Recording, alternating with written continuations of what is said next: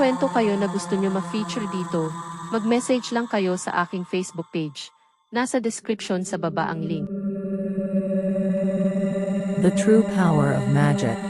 In a small village in the Philippines, there lived a powerful mancukulam named Maria. She was known throughout the land for her abilities to cast spells and curses on those who crossed her. Many villagers feared her and would go to great lengths to avoid angering her. One day, a young woman named Rosa sought out Maria's help. She had been cursed by a jealous rival and was desperate for a solution. Maria agreed to help her, but warned that the consequences of lifting the curse would be severe. Maria performed a series of rituals and incantations, using her knowledge of herbs and potions to break the curse that had been placed on Rosa. However, as she had warned, there was a price to pay for her services. In the weeks that followed, strange occurrences began to happen in the village. Crops failed, livestock fell ill, and people started experiencing bizarre accidents. The villagers began to whisper that Maria's magic had unleashed a dark force upon them. Realizing the extent of the damage her actions had caused, Maria set out to undo the curse she had unwittingly unleashed. She worked tirelessly, using all her powers to try and restore peace to the village. Eventually, after much effort and sacrifice, she was able to break the curse and restore harmony to the land. From that day on, Maria vowed to use her powers for good and to always consider the consequences of her actions. The villagers came to respect her once more, understanding that even the most powerful of witch doctors could make mistakes. And Rosa, forever grateful for Maria's help, never forgot the lesson she had learned about the true power of magic. My encounter with a ghost. It was a dark and stormy night, the wind howling outside and the rain lashing against the windows. Sarah sat alone in her creaky old house. The only sound in the room was the ticking of the clock on the wall. Suddenly, she heard a faint scratching noise coming from the attic. Her heart raced as she slowly made her way up the stairs, each step creaking ominously under her weight. As she reached the top of the stairs, the scratching grew louder and more frantic. With trembling hands, Sarah pushed open the attic door and was met with a sight that made her blood run cold. Standing in the corner of the room was a figure, shrouded in darkness and emitting an airy glow. Its eyes glowed a sinister red, staring directly at her. Sarah tried to scream, but no sound came out. She was paralyzed with fear as the figure slowly started to move towards her. She could hear its heavy footsteps echoing through the room, each one sending a shiver down her spine. In a panic, Sarah turned and ran back down the stairs, the figure hot on her heels. She could hear its sinister laughter echoing through the house, taunting her as she desperately tried to escape. Finally, she burst through the front door and ran out into the stormy night, the figure disappearing into the darkness behind her. She never looked back, never returned to that house again. To this day, Sarah still hears the scratching in the attic and the sinister laughter echoing through the halls. Some say it's just the wind, but she knows the truth. Something evil lurks in that house, waiting to strike again. And she knows she will never be truly safe. It was Halloween night, and a group of friends, Xander, Ray, Stefan, Cedric, and Carolo, were looking for a good scare. They heard about a haunted house on the outskirts of town and decided to check it out. As they approached the house, they were greeted by the sound of creaking floorboards and ghostly moans. The friends were excited and nervous as they made their way inside. At first, everything seemed normal, but as they explored the house, they began to experience strange and terrifying events. Objects would move on their own, and ghostly apparitions would appear out of nowhere. The friends tried to keep their cool, but they were becoming increasingly frightened. They heard whispers coming from the walls, and they felt a presence following them as they moved from room to room. Suddenly, they heard a loud scream coming from upstairs. The friends quickly made their way up the stairs, only to find a ghostly figure standing before them.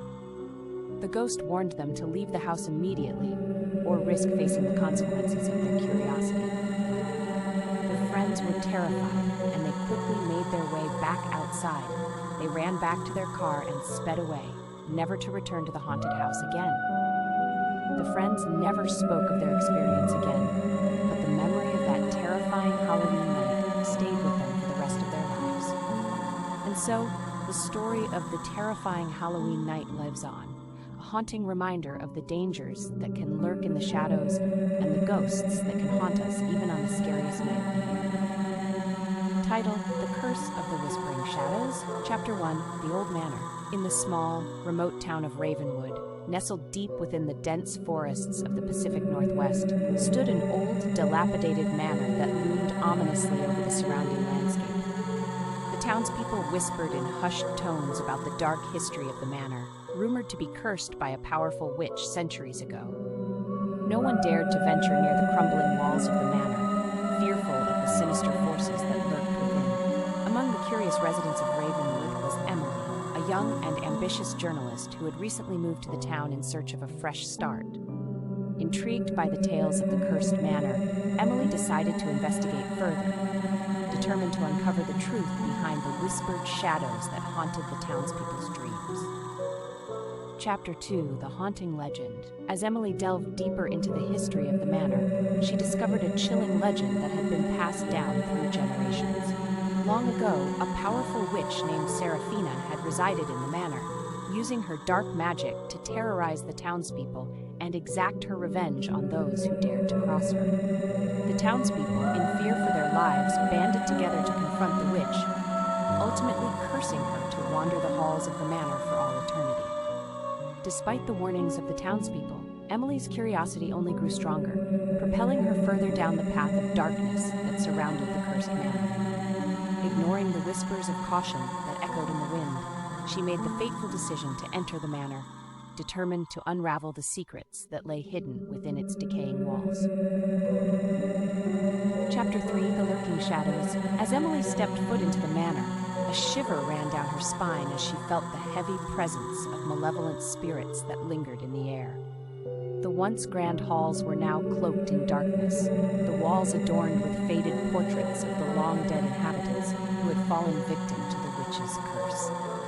The silence was deafening, broken only by the faint sound of whispers that seemed to emanate from the very shadows themselves.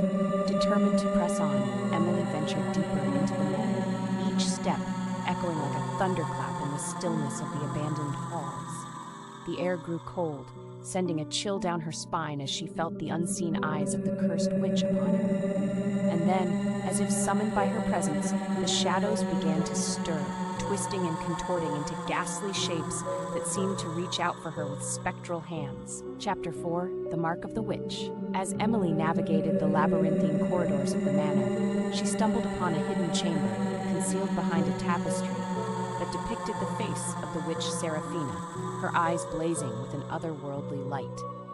In the center of the chamber lay an ancient tome bound in leather, its pages yellowed with age and inscribed with cryptic symbols that seemed to pulse with a dark energy.